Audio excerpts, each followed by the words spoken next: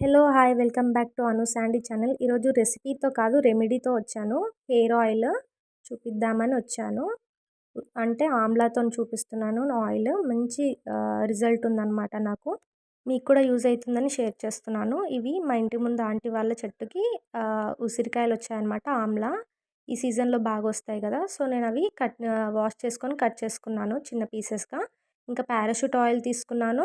And vitamin E capsule మీకు మెడికల్స్‌లో దొరుకుతాయన్నమాట. వాటిని తీసుకోండి. అండ్ ఆల్మండ్ ఆయిల్, బాదం నూనె అంటారు కదా! ఆల్మండ్ ఆయిల్‌ని తీసుకోండి. చూపిస్తున్న విధంగా ఈ 4 మాత్రమే. 4 ఇంగ్రీడియెంట్స్ ఉంటే సరిపోతుంది మీకు.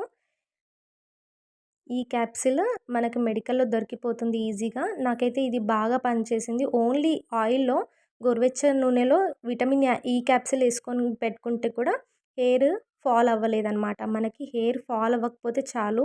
ఉన్న జుట్టు ఊడకపోతే బావుంటది. స్ట్రాంగ్‌గా ఉంటే.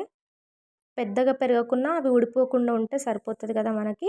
లాంగ్ హెయిర్ కన్నా స్ట్రాంగ్ హెయిరే బెటర్. సో, నేను ఒక బౌల్ తీసుకున్నాను. దాంట్లోకి ఆల్మండ్ ఆయిల్ యాడ్ చేశాను. మీకు నచ్చిన క్వాంటిటీ తీసుకోండి. నాకు ఆల్మండ్ ఆయిల్ ఎక్కువ తీసుకున్నాను. పారాషూట్ ఆయిల్ కొంచెం నార్మల్‌గా తీసుకున్నాను. అండ్ దాంట్లో కట్ చేసుకున్న ఆమ్లా ఉంది కదా! ఉసిరికాయ ముక్కలు అవి యాడ్ చేసుకోండి. ఆమ్లాని బాగా వేగనివ్వాలి. గోల్డెన్ కలర్‌లోకి రావాలనమాట. గోల్డెన్ బ్రౌన్ కలర్‌లోకి మిక్స్ చేస్తూనే ఉండండి. ఎందుకంటే ఆయిల్ బ్లాక్ అయిపోతుందనమాట. సో, ఒక 5 మినిట్స్ సరిపోతుంది మనకి. మొత్తం దాంట్లోకొచ్చేయడానికి ఆమ్లా హ్మ్, రసమంతా, ఆ ఫ్లేవర్ అంతా మనకు దాంట్లోకొచ్చేస్తుంది ఆమ్లా నుంచి. ఈ సీజన్‌లో ఆమ్లా బాగుంటాయి. ఉసిరికాయలు బాగా దొరుకుతాయి మార్కెట్‌లో కూడా. మీరు తీసుకొచ్చుకొని చేసుకోండి మీకు అవైలబుల్ ఉన్నప్పుడు. నాకైతే మంచిగా సిల్కీ హెయిర్ అయిందనమాట. ఆయిల్ అప్లై చేసుకొని నైట్ అంతా ఉంచుకున్న తర్వాత నేను హెయిర్ వాష్ చేసుకున్నాను. ఇంకా చాలా టిప్స్ చెప్తాను హెయిర్ వాష్ ఎలా చేయాలి అలా.